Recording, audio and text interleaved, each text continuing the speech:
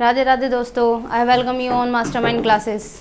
तो जैसा कि आपको पता है, यहाँ पर हम अपनी एनसीईआरटी मैथ्स कर रहे हैं क्लास 10th, और जिसमें हम अपना चैप्टर 1 कंप्लीट कर चुके हैं और चैप्टर 2 स्टार्ट कर चुके हैं। उसमें भी आज हम करेंगे 2.2, जिसमें चैप्टर का नाम हमारा क्या है, पॉलिनोमियल्स, यानी कि बहुपद।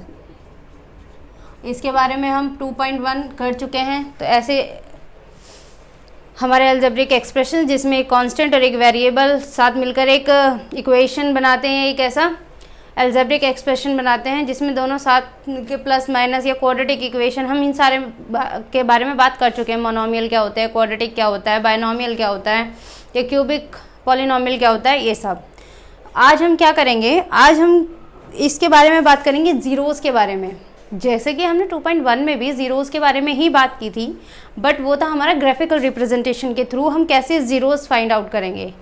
और उसका एक मेथड ये था कि अगर किसी इक्वेशन या पॉलिनोमियल का ग्राफ एक्स एक्सिस पर कट करता है, तो जितने टाइम्स वो हमारे एक्स एक्सिस पर कट करेगा उतने टाइम्स हमें ज़ीरो मिल जाएंगे। कि अगर 1 टाइम वो कट करता 1 ज़ीरोज़ हैं उस पॉलिनोमियल के या उस इक्वेशन के, और या फिर अगर 2 टाइम्स या 3 टाइम्स करता तो उसके 2 या 3 पॉलिनोमियल्स होंगे। अब हम यहाँ पर एक नए तरीके से कुछ क्या कहते हैं, उसके कोफिशिएंट्स के बारे में या फिर उसके ज़ीरोज़ के बारे में, क्वाड्रेटिक इक्वेशन के ज़ीरोज़ के बारे में हम यहाँ बात करने वाले हैं। जैसे अगर मैं लीनियर इक्वेशन की बात करूँ, अगर मैं लीनियर इक्वेशन की बात करूँ या लीनियर पॉलिनोमियल की बात करूँ, उसमें क्या था, हमारा एक यूनिवर्सल स्ट्रक्चर उसका ये होता है ax + b। ठीक है, इसको हम कहते हैं लीनियर इक्वेशन, क्योंकि इसमें जो वेरिएबल है उसकी पावर है 1, इस वजह से ये लीनियर इक्वेशन है। अगर मैं इसके ज़ीरोज़ की बात करूं कि अगर इसका ज़ीरो फाइंड करना हो, हमें शून्यक ज़ीरोज़ फाइंड आउट करना हो, तो हम क्या करेंगे, इसके बिल्कुल बराबर में ज़ीरो रख के देखेंगे कि हम x की जगह ऐसा क्या रख सकते हैं कि हमारा ज़ीरो बन जाए। वो x की वैल्यू हमें निकालनी कि x की एक ऐसी वैल्यू पुट करनी है हमें कि ये पूरा इक्वेशन जब मैं सॉल्व करूँ तो वो ज़ीरो का आए उसका आंसर। तो ईजिली हम ये कर सकते थे कि जो भी आएगा वो -b/a आने वाला है। Got it. तो ये तो हमारा लीनियर इक्वेशन का ज़ीरो निकालने का फॉर्मूला था। हम डायरेक्ट भी अगर कहीं हमें ऐसे इक्वेशन दिखाई दे रही है तो हम b की वैल्यू रख देंगे यहाँ पर a की वैल्यू, उससे हम ज़ीरोज़ फाइंड आउट कर लेंगे। तो ये बात तो थी लीनियर इक्वेशन के लिए।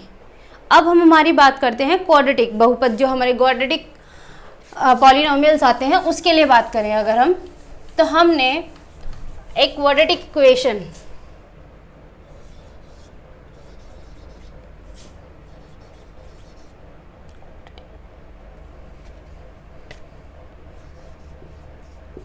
क्वाड्रेटिक पॉलिनोमियल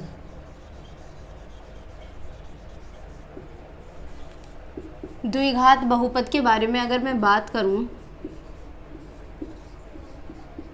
अब इसके ज़ीरोज़ कैसे फाइंड आउट करने होते हैं, हमें क्या करना होता है। तो एक क्वेश्चन लेके चलते हैं हम, x² - 2 -8। अगर मैं ये एक ऐसी 1 वेरिएबल पॉलिनोमियल है जिसमें एक वेरिएबल यूज़ हुआ है, जहाँ पर हमारी जो इस पॉलिनोमियल की हाईएस्ट डिग्री है वो है 2, और जिनकी हाईएस्ट डिग्री 2 होती है उनको हम बोलते हैं क्वाड्रेटिक पॉलिनोमियल। अगर मैं क्वाड्रेटिक की शून्यकों की, यहाँ पर अब शून्यकों की बात होगी यानी ज़ीरोज़ की। लीनियर में तो हमारा था -b/a, इसका भी एक यूनिवर्सल स्ट्रक्चर होता है। वो क्या होता है, ax² bx + c। ये हमारी क्वाड्रेटिक इक्वेशन देखी जाए तो ये इसका एक यूनिवर्सल स्ट्रक्चर होता है कि ऐसे हमारी क्वाड्रेटिक इक्वेशन आती है, या क्वाड्रेटिक पॉलिनोमियल हमारा ऐसे लिखा जाता है। अब यहाँ पर क्या है कि ये एग्जाम्पल एक क्वाड्रेटिक पॉलिनोमियल का है। मैं अगर इसमें ज़ीरोज़ फाइंड आउट करूँ तो ज़ीरो फाइंड आउट करने का तरीका है, एक तरीका है इसके फैक्टर कर लो। कैसे, हमने इस मेथड को समझा है, आई थिंक 9th क्लास में हम इन्हें कर चुके हैं, कि जो क्वाड्रेटिक इक्वेशन होती है उसका जो मिड पॉइंट होता है उसको डिवाइड करके लिखा जाता है। उससे हम जब इसके फैक्टर कर लेंगे तो उससे हमें x की वैल्यूज़ आ जाएंगी, और वो जो x की वैल्यूज़ आती हैं वो हमारे उसके ज़ीरोज़ बोले जाते हैं। वो पहले तो हम इनके फैक्टर कर लेते हैं, मीन्स मिड जो टर्म है इसकी, मिड टर्म है इसकी -2 x, और इसका कांस्टेंट है 8 और इसका x स्क्वायर का कोफिशिएंट है 1। यानी हमें ना इस मिड टर्म को इस तरीके से डिवाइड करना है कि मल्टीप्लाई करके तो आए 8, मतलब हम, आपने शायद मिड टर्म करके सीखा होगा कि हम पहले c और a की मल्टीप्लाई कर लेते हैं, यानी c और a की मल्टीप्लाई यानी 1 आने वाला -8, और ये b हमारा -2। मतलब हमें इस मिड टर्म को इस तरीके से डिवाइड करना है कि मल्टीप्लाई करके तो 8 आ जाए, और हमारा प्लस या माइनस जो भी करके हमारा जो आएगा वो आना चाहिए -2।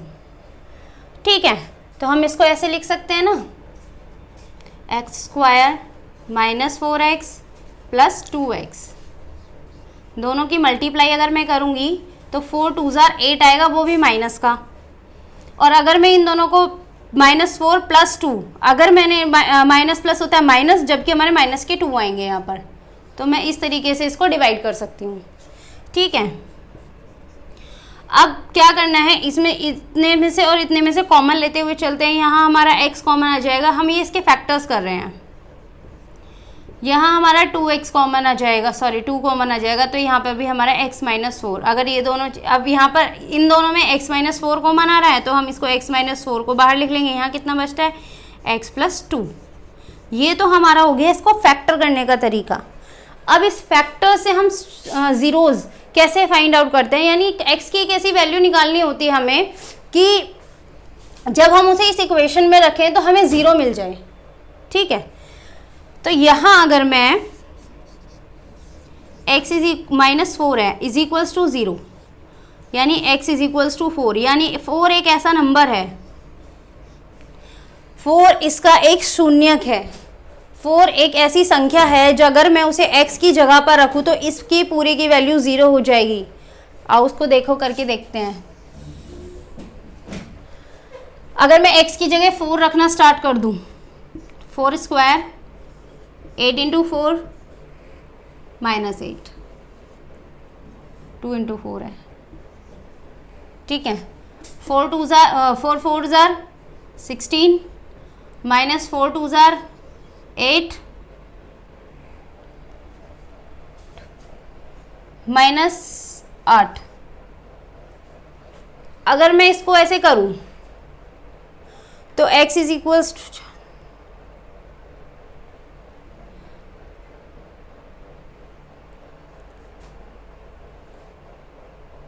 ओके -4 है ना, x की जगह -4,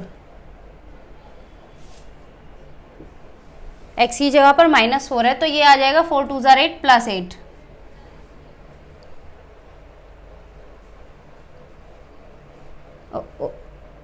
ठीक है, ठीक है, सॉरी,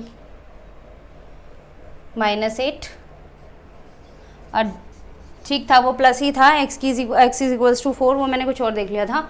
क्या कहते हैं, अब यहाँ पर कि कितना आ जाएगा 16, प्लस माइनस माइनस प्लस ही होगा, लेकिन आएगा -16 0।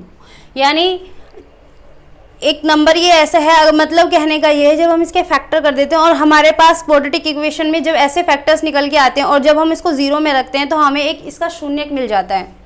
मैंने एक और बात बोली थी कि जिस भी क्वाड्रेटिक इक्वेशन जिस भी पॉलिनोमियल में हमारी जितनी घातें होती है, हाईएस्ट डिग्री ऑफ पावर, उतने ही उसके शून्यक होते हैं, अधिक से अधिक। तो इसमें हमें शून्यक देखने को मिल रहे हैं। एक तो x = 4 और एक इसकी हेल्प से अगर मैं देखूं x + 2 = 0, तो x = हमारा होगा -2। यानी एक -2 भी एक ऐसी संख्या, अगर मैं उसको इसमें रखूं तो भी हमारा 0 आएगा। रख के देख लेते हैं इसको। यहाँ पर अगर -2 रखा जाए, -2 का स्क्वायर, 2 × -2 एंड -8, ओके, यह आ जाएगा 4, यह आ जाएगा 2 2 4, बल्कि प्लस में आ जाएगा -8, यह आ जाएगा 8 -8 = 0। यानी हमारे पास दो शून्य ऐसे आ गए हैं यानी दो नंबर्स ऐसे आ गए जो हमें इससे शून्य मिल जाते हैं। तो अगर मैंने जब लीनियर बताया था वो -b/a है, और हम अपने क्वाड्रेटिक इक्वेशन में ऐसे लिख लेते हैं इनको, ठीक है। लेकिन इनकी क्या कहते हैं, ये शून्य अगर हमें मिले हैं तो इनमें भी एक थोड़ा सा रिलेशन होता है। कैसे हम क्या करते हैं, जब भी हमारे शून्य, अब मैं इस पूरे को थोड़ा सा इरेज कर देती हूँ क्योंकि मुझे कुछ और भी बताना है इसमें। मैं इसके शून्य लिख लेती हूँ कि इसका एक शून्य हमारा आया था 4 और एक आया था -2, एक आया था हमारा 4 और एक आया था हमारा -2, ठीक है। शून्य जब आते हैं क्वाड्रेटिक इक्वेशन में तो हम उसको है ना, एक को बोल देते हैं, एक आता है अल्फा, एक आता है बीटा, ठीक है। शून्य को ही बोला जाता है कि इस शून्य, इस क्वाड्रेटिक इक्वेशन के, इस क्वाड्रेटिक पॉलिनोमियल के हमारे पास दो शून्य निकल के आए हैं, अल्फा 4 एंड बीटा, वो आया है -2, ठीक है, ये आया है। अब ये अल्फा और बीटा, इनमें ना एक रिलेशन होता है क्या, कि अगर मैं अल्फा प्लस बीटा करूं तो वो हमारा बराबर होगा -b/a के, ठीक है। और अगर मैं अल्फा मल्टीप्लाई बीटा करूं तो वो होगा हमारा c/a। चाहो तो आप इसे प्रूव करके देख सकते हो। देखो, जब हमने इसकी इक्वेशन सॉल्व की थी तो हमारे पास अल्फा हमारा 4 निकल के आया था और बीटा हमारा -2 निकल के आया था। तो अब इसको अगर मैं प्रूव करना चाहूँ, देखो अगर मैं अल्फा यानी 4 और बीटा, हमारा बीटा है -2, तो अगर मैं इसको सॉल्व करूँ तो कितना आने वाला है, 4 में से प्लस माइनस माइनस होते हैं हमारे, मतलब मैं इसको ऐसे लिख सकती हूँ, ये आने वाला है हमारा 2, जो कि हमारा किसके बराबर है, -b/a के। अब आप देखो यहाँ पर इस इक्वेशन में b क्या है हमारा, देखो b हमारा x का गुणांक होता है, तो ये x का गुणांक है यहाँ पर हमारे पास -2, वो भी देखो इस 2 के बराबर ही आएगा। b का गुणांक हमारे पास -2, और ये माइनस ऑलरेडी है तो इसका भी ध्यान रखना है हमें, माइनस ऑलरेडी है हमारे पास और b की वैल्यू -2 एंड अपॉन a का मतलब x का स्क्वायर, यानी सॉरी x स्क्वायर का गुणांक, यानी कि मल्टीप्लाई बाय 1 डिवाइड बाय 1, यहाँ पर हम 1 वैल्यू रखेंगे। तो ये जो हमारा आ जाएगा, ये भी कितना आ जाएगा 2, माइनस माइनस प्लस होते हुए। तो ये देखो, अगर मैं अल्फा प्लस बीटा करती हूँ तो उसकी वैल्यू हमारी b/a के बराबर है। सेम एज इट इज अगर मैं अल्फा इंटू बीटा करती हूँ, यानी कि अल्फा इंटू बीटा, वो हमारे किसके बराबर आएगी, इसने बोला c/a के बराबर आएगी। पहले ये तो देख लो, अल्फा इंटू बीटा है कितना, 4 2 8, वो भी -8 है। और अगर मैं c/a निकालना चाहूँ, यहाँ से c मतलब कांस्टेंट, लास्ट वाला, ये कांस्टेंट होता है अचर पद, c हमारा कितना है यहाँ -8, और हमारा a कितना है x स्क्वायर, यानी कि इसका गुणांक x स्क्वायर का, तो ये है हमारा 1, तो ये कितना आ जाएगा, ये भी -8। तो इसमें हमने क्वाड्रेटिक पॉलिनोमियल के जो हमारे शून्य अल्फा और बीटा आया, तो उसमें ये रिलेशन देखा कि अगर मैं अल्फा प्लस बीटा करती हूँ तो मुझे ये वैल्यू मिल जाती है, या अल्फा प्लस बीटा का मान कितना होता है, -b/a के बराबर, इक्वेशन के x के गुणांक बटा में x स्क्वायर के गुणांक के बराबर होती है। और अगर मैं अल्फा इंटू बीटा देखूं तो वो हमारा अचर पद बटा में x स्क्वायर के गुणांक के बराबर इसकी वैल्यू आती है। तो ये इनका रिलेशन होता है। तो आज की खास इंपॉर्टेंट बात यही है, एक्सरसाइज 2.2 में अल्फा और बीटा हम कैसे निकालेंगे, कैसे हम क्वाड्रेटिक इक्वेशन में इनके रिलेशन को निकालेंगे, यही सारी चीज़ हैं हमारी इसमें, ठीक है। तो अगर हम एक्सरसाइज की तरफ चलें, पहले मैं ये लिख देती हूँ कि हमारा अल्फा और बीटा क्या होते हैं। अल्फा और बीटा दो जीरोज हैं हमारे क्वाड्रेटिक पॉलिनोमियल के। क्वाड्रेटिक पॉलिनोमियल के जीरोज की बात करें तो अल्फा और बीटा आते हैं। और इन अल्फा और बीटा के रिलेशन की बात करूं मैं,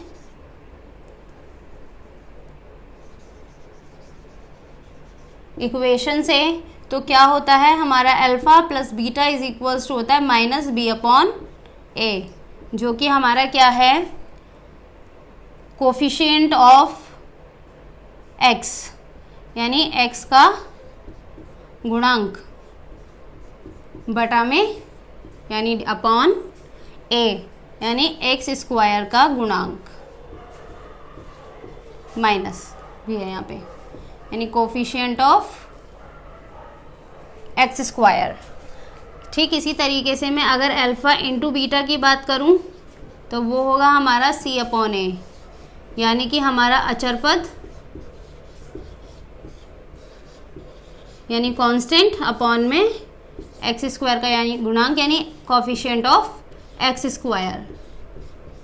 ओके, तो इसी से रिलेटेड अब हमारी एक्सरसाइज होने वाली है 2.1। क्वेश्चन ये है कि निम्नलिखित द्विघात पदों के शून्य ज्ञात कीजिए और शून्यकों तथा गुणांकों के बीच के संबंध की सत्यता की भी जांच करनी है हमें। तो अगर इसमें फर्स्ट क्वेश्चन की बात करी जाए तो मैंने क्वेश्चन फर्स्ट ही यही लिया था अभी जो मैंने सॉल्व करके आपको दिखाया। तो अब हम क्या करते हैं, क्वेश्चन नंबर सेकंड पे चलते हैं इसके। ठीक है, क्वेश्चन नंबर अगर मैं सेकंड की बात करूं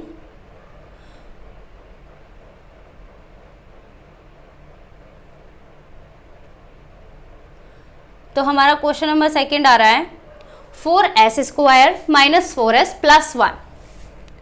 क्वेश्चन नंबर 1 के सेकंड क्वेश्चन, फर्स्ट इसलिए नहीं करा रही क्योंकि जो अभी सॉल्व कराया था ना क्वेश्चन अभी जो वो फर्स्ट क्वेश्चन ही था, बस उसमें मुझे आपको ये रिलेशन निकाल के बताना था कि इसको क्या होता है कैसे होता है ये। तो नेक्स्ट क्वेश्चन है हमारा 4s स्क्वायर माइनस में 4s प्लस 1। ये हमारा एक क्वाड्रेटिक पॉलिनोमियल दिया हुआ है और इसमें ये बोला है फर्स्ट ऑफ ऑल तो आप इसकी शून्यक निकालें यानी जीरोज फाइंड आउट करें। और जीरोज कैसे फाइंड आउट होंगे, इसके फैक्टर्स निकाल के हम एक्स की वैल्यू निकालेंगे, उससे हमारे जीरोज फाइंड आउट हो जाएंगे। और उसके बाद उसने बोला कि शून्य को यानी जीरोज में और गुणांकों में यानी कोफिशिएंट्स में रिलेशन ट्रू है या नहीं, कि यही रिलेशन होता है या नहीं, यही प्रूव करना है हमें। तो हम क्या करेंगे, पहले तो इसको फैक्टराइजेशन मेथड से फैक्टर कर लेंगे। मिड टर्म को हम फैक्टराइज करते हैं, इसको तोड़ के ऐसे लिखते हैं कि इसकी जो मल्टीप्लाई आएगी वो ये आनी चाहिए 4 इंटू 1 के अकॉर्डिंग, यानी 4 मतलब मल्टीप्लाई करके 4 आना चाहिए और फिर एक ऐसा नंबर आना चाहिए जो अगर हम उसे प्लस करें तो 4 आए। तो ऐसा कौन सा नंबर आ सकता है, ठीक है। तो हम क्या कर सकते हैं, 4s स्क्वायर माइनस 2s, मैं अगर दोनों को प्लस करने वाली हूँ तो आ रहा है मेरा माइनस का 4, मतलब माइनस माइनस प्लस होते हैं ना, तो दोनों कर सॉल्व करूँगी तो आएगा माइनस का 4 और 4 इंटू 1 यानी हमें 4 चाहिए था तो 2 2 जार 4, ये ऐसे आ जाएगा। ओके, तो ये आ गया फैक्टराइजेशन मेथड। फैक्टराइजेशन मेथड का ना एक छोटा सा एक साइन में बहुत बड़ी दिक्कत आती है, वो मैं यहाँ पे आपको सॉल्व करके बताती हूँ कि मतलब क्या चीज़ का हमें ध्यान रखना चाहिए फैक्टर करते वक्त। हम अगर इसी की बात करें तो मुझे एक मिड टर्म को इसको 4 मतलब मेरे पास b जो है वो है -4 एंड हमें चाहिए कितना फैक्टर करके c इंटू ए 4। ठीक है, आप इसके साइन पर ध्यान दो, जो हमारा मल्टीप्लाई करके आता है c इंटू ए, इसके साइन पर ध्यान देना चाहिए हमें कि इसका साइन क्या है, प्लस है या माइनस है। मीन्स ये है प्लस, तो हमें पता है क्या करना है कि हमें एक ऐसा नंबर चाहिए जिसका मल्टीप्लाई करूं तो प्लस का 4 आए और जिसे प्लस करूं, ये निशान यहाँ पर प्लस का है ना क्योंकि 4, यानी जिसे मैं प्लस करूं वो माइनस के 4 आए। इस निशान को ध्यान देना है कि मल्टीप्लाई करूं तो प्लस के 4 आए और अगर मैं प्लस करूं तो माइनस के 4 आए। तो यहाँ देखो मुझे ये माइनस माइनस करके प्लस ही करना पड़ रहा है, ये चीज़ माइनस माइनस प्लस ही होती है ना। तो मैंने इसको ऐसे प्लस करा तो हमारे पास माइनस का 4 आ गया और दोनों को मल्टीप्लाई करा तो भी मेरे पास प्लस का 4 आ गया है। ठीक है, इस तरीके से इसके फैक्टर होते हैं। अदरवाइज नॉर्मल कंडीशन में अगर आपको साइंस ध्यान नहीं रहते तो आप क्या करोगे कि आप ये 4 है इसको फैक्टर कर लो ऐसे करके 2 2 जार 4 एंड 2 2 जार 4। ठीक है, अब आपको ये पता चलेगा कि मेरे पास 2 ऐसे फैक्टर आ गए, मैं मतलब दोनों को ऐसे डिवाइड करके लिख सकती हूँ 4 को। बस आपको साइन ध्यान रखने की माइनस कब आएगा कि मुझे 2 और 2 को माइनस प्लस माइनस और +4 लाना है या -4 लाना है, ये क्या करना है, बस इस चीज़ का ध्यान रखना है आपको, ठीक है। दोनों में अगर मैं कॉमन लूँ तो आ जाएगा 2s, यहाँ पर जो बचेगा वो कितना बचेगा 2s - 1, यहाँ पर क्या कॉमन आने वाला है, कुछ नथिंग, ये वाला माइनस यहाँ आ गया। अब अगर माइनस बाहर है तो अंदर के जो साइन है वो चेंज हो जाते हैं, यानी ये वाला साइन चेंज हो जाएगा अगर मैं कॉमन ले ले 2s - 1। इस चीज़ का ध्यान रखना पड़ता है कि ये वाला ब्रैकेट और ये वाला ब्रैकेट हमारा इक्वल आए। अब इस सारे में, इस पूरे टर्म में 2s - 1 और इसमें भी 2s - 1, तो यहाँ से हम 2s - 1 कॉमन है तो इसको बाहर निकाल लेंगे, और फिर ये 2s - 1, दोनों ही सेम चीज़ है, यानी इसका हमें कोई एक शून्य मिलने वाला है, यानी 2s - 1 is equals to 0, 2s is equals to 1 and s is equals to 1/2। तो इस तरीके से हमारे पास जो इसका शून्य निकल के आया है वो आया है s इज इक्वल्स टू 1/2 और s इज इक्वल्स टू 1/2। यहाँ पे भी हम वही करेंगे, यहाँ पे भी वही सेम आने वाला है, हमारे अल्फ़ा और बीटा दोनों सेम आ गए, अल्फ़ा भी हमारा 1/2 आएगा और बीटा भी हमारा 1/2 ही आएगा, ओके। तो ये हमारे इसके ज़ीरोज़ फाइंड आउट हो गए। अब हमें क्या करना है, इन ज़ीरोज़ की जो है वो ये वाला रिलेशन है या नहीं, इसके कोफिशिएंट्स के साथ इसकी सत्यता की जांच करनी है, ठीक है। तो अब हम इसका क्या करेंगे, इसको मैं हटा रही हूँ यहाँ से,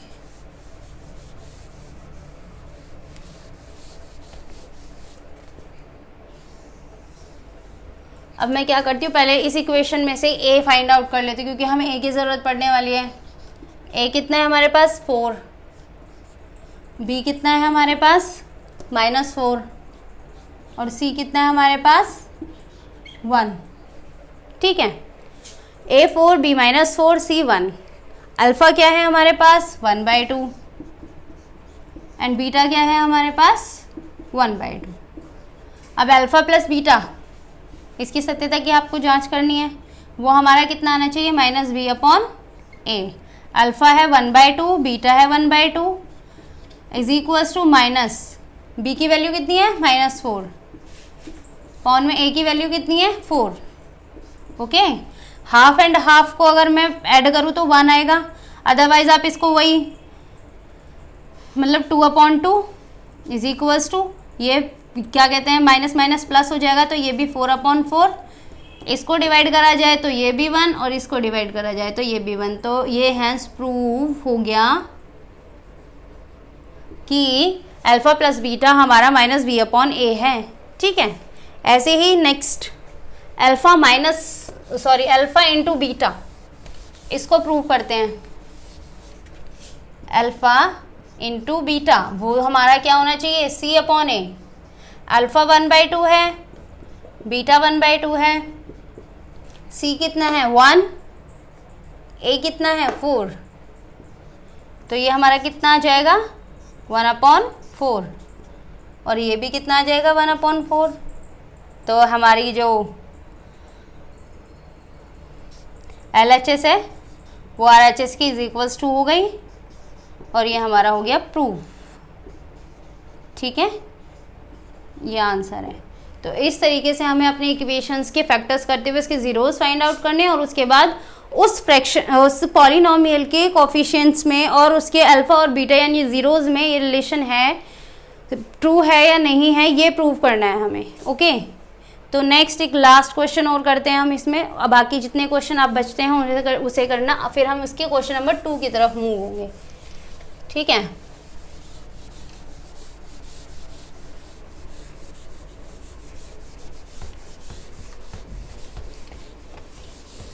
अब है हमारा क्वेश्चन नंबर 3 जो कि है हमारा 6x², हमारा 6x² -3 - 7x -3 - 7x, ये हमें दिया हुआ है पॉलिनोमियल। फर्स्ट ऑफ ऑल तो हम इसको अच्छे से ठीक से अरेंज कर लेंगे, और क्योंकि हमें इसके शून्य निकालने हैं तो सबसे पहले ना हम इसके बराबर में 0 भी रख देते हैं, क्योंकि हमें ज़ीरोज़ ही तो फाइंड आउट करने हैं। तो इसको पहले हम क्या करते हैं, 6x² माइनस 7x को पहले लिख लेते हैं, क्योंकि हमें इसी को डिवाइड मिड टर्म x के कोफिशिएंट को ही हमें बीच में से स्प्लिट करना होता है, ठीक है, मिड टर्म को स्प्लिट करना है हमें, इज इक्वल्स टू, क्योंकि हमें इसके ज़ीरोज़ फाइंड आउट करने इसलिए 0, फर्स्ट क्वेश्चन में भी हमें 0 ही रखना था, ठीक है।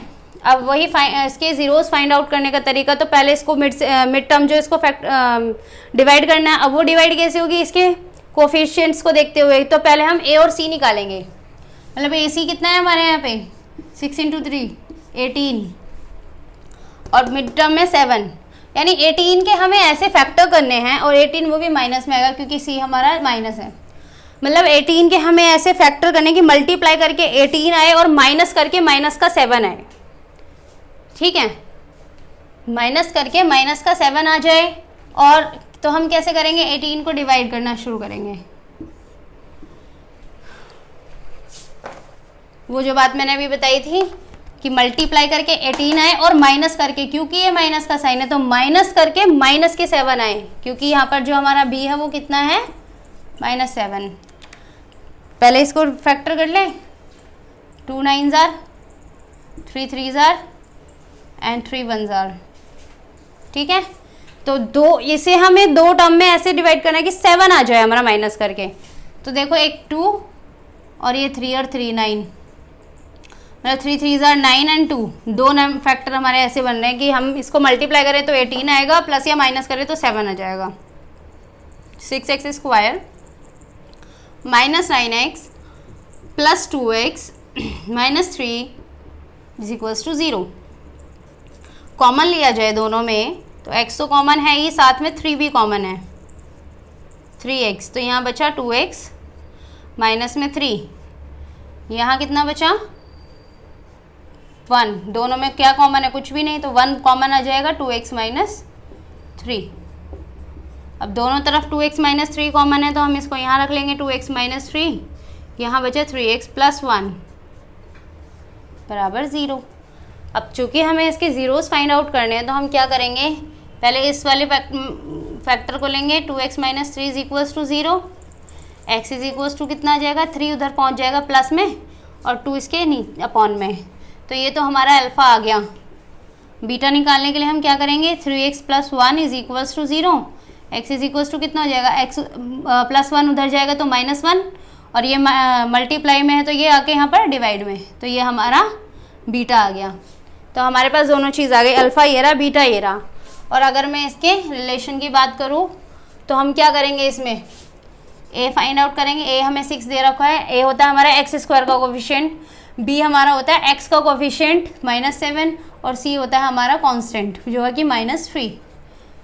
अल्फ़ा हमारा कितना दिया हुआ है 3/2, एंड बीटा कितना है हमारा -1/3, ठीक है। ये 2 शून्य हमें दिए हुए हैं। अब इनका x अल्फ़ा प्लस बीटा हमारा होना चाहिए -b/a।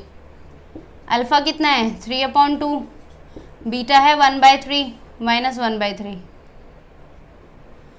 जो क्या आना चाहिए हमारा किसके, -b/a। -b/ हमारा है -7/a मतलब 6।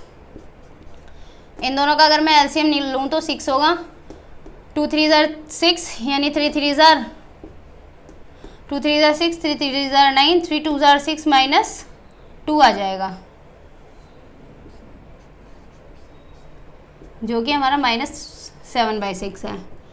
2 में से मैंने 9 में से -2 करें तो आ जाएगा 7। अच्छा ये प्लस बन जाएगा ना, क्योंकि माइनस माइनस प्लस होते हैं, तो यहाँ पर भी ये 7/6 इज इक्वल्स टू 7/6, तो ये आ गया हमारा LHS is equals to RHS। इसी तरीके से अगर मैं इसका अल्फ़ा इंटू बीटा निकालनी चाहूँ वो भी हो जाएगा 3/2 इंटू -1/3 इज इक्वल्स टू कितना आना चाहिए, c/a। c हमारा कितना है -3 और ये 6, 3 से 3 डिवाइड हो गया, यहाँ से 1/2 आ गया, और ये भी -1/2, ये भी -1/2, तो यहाँ पे भी